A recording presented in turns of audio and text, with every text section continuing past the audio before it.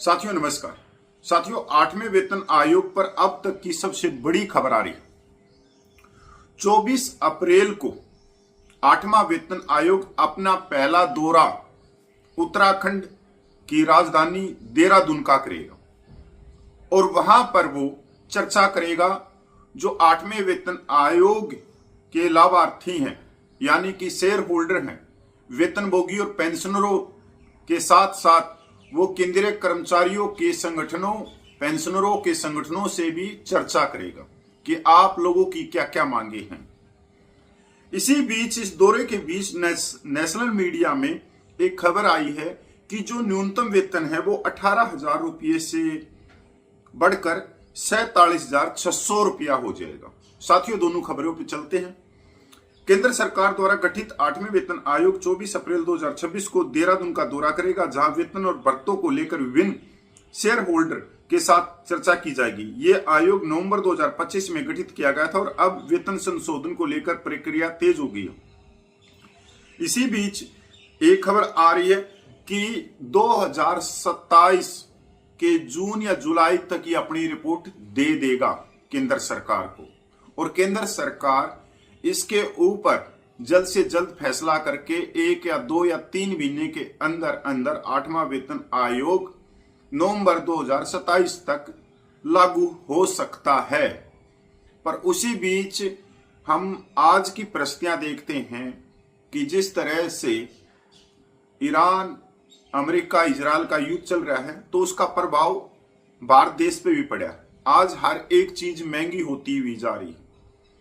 तो क्या 2027 तक 8वां वेतन आयोग बन जाएगा, मिल जाएगा या नहीं मिलेगा?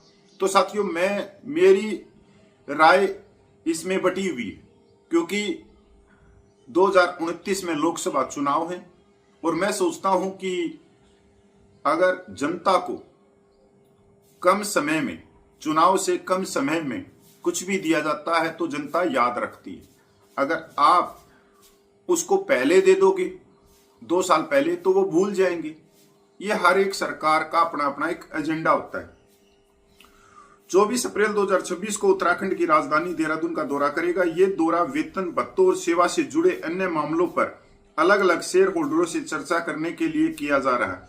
आयोग ने कर्मचारियों, पेंशनरों, संगठनों, यूनियनों, अन्य शेयर होल्डर से वेतन, पेंशन, भत्तों और नौकरी से जुड़े मुद्दों पर सुझाव मांगे।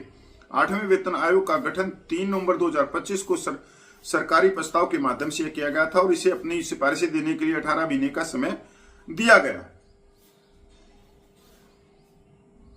30 मार्च 2026 को जारी एक आधिकारिक नोटिस के मुताबिक ये संगठन या यूनियन आयोग की टीम से मिलना चाहते हैं।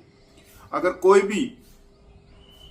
भी शेयर होल्डर, कोई भी वेतन भोगी, पेंशन भोगी अगर देहरादून में आयोग से मिलना चाहता है या कोई संगठन यूनियन आयोग की टीम से मिलना चाहता है, उन्हें पहले से अपॉइंटमेंट लेना होगा। इसके लिए इच्छुक पक्षों को 10 अप्रैल 2026 तक manish.kr1975@nic.in पर ईमेल करना पड़ेगा। अब ये ईमेल आपको कहां मिलेगी? आपको ये 8वां वेतन आयोग की जो वेबसाइट है सरकारी, आप उस पे जाके ये देख सकते हो और वहां से आप अपना अनुरोध कर सकते हैं। देहरादून के जो भी संगठन है, ईमेल भेजकर अनुरोध करना होगा। आयोग ने यह भी बताया है कि बैठक का स्थान और समय बाद में संबंधित शेयर होल्डर को सूचित किया जाएगा।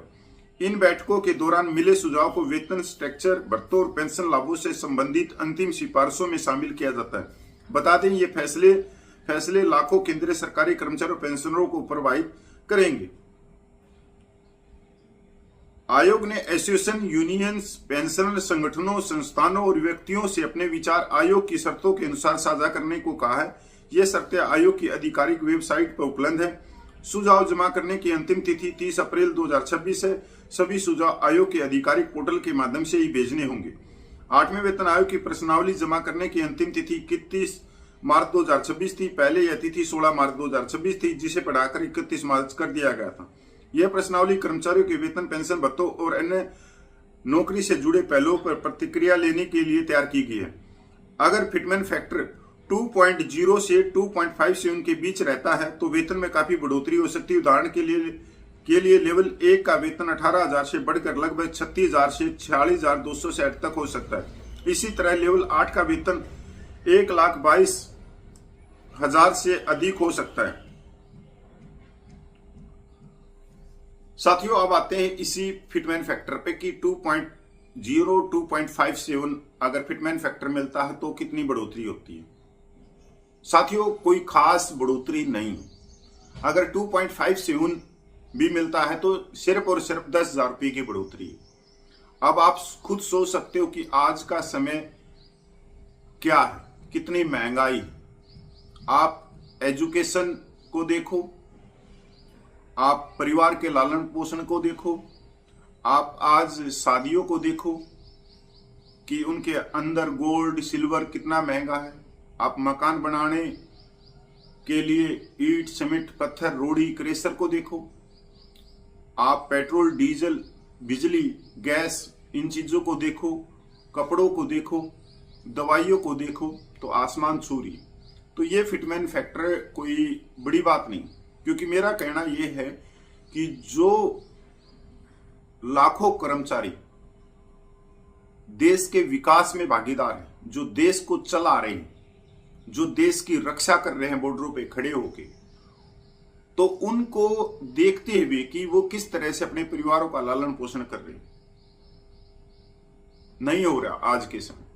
और अगर सरकार 3 पॉइंट से ऊपर फिटमैन फैक्टर रखती है तो कुछ उनकी जेब में आएगा, नहीं तो नहीं आएगा। अगर हम जो बड़े ऑफिसर हैं सिविल सर्विस के या किसी भी डिपार्टमेंट के, उनकी बढ़ोतरी हो रही है, उनको आप अगर 1.92 भी दे रहे हो तो उनकी बढ़ोतरी अच्छी खासी हो रही है। पर जो निचले कर्मचारी हैं जिनकी तादाद ही लाखों में, अब जो ऑफिसर हैं वो तो 3% है पूरे इंडिया में, चाहे वो सिविल सोसाइटी के हों चाहे फौजी हो, कुछ भी हो। अब आप खुद ही देख सकते हो कि एक डिस्ट्रिक्ट के अंदर कलेक्टर एक ही होता है, एसपी साहब एक ही होता है, बाकी निचले लेवल के ऊपर कलरक पटवारी तहसीलदार पुलिस वाले भाई वो तो हजारों की तादाद में होते हैं। तो जो देश को चला रहे हैं, जो देश को खींच रहे हैं विकास की तरफ, उनकी बढ़ोतरी होनी चाहिए। इस अगर यही चीज रही कि 2.57 भी दे दिया गया तो वेतन और पेंशन में असमानता आएगी, बहुत ज्यादा आएगी। इसी को पाटना पड़ेगा सरकार ने कि वेतन और पेंशन में असमानता ना आए। साथियों नमस्कार, मैं पूर्व सैनिक कपिल खोजी।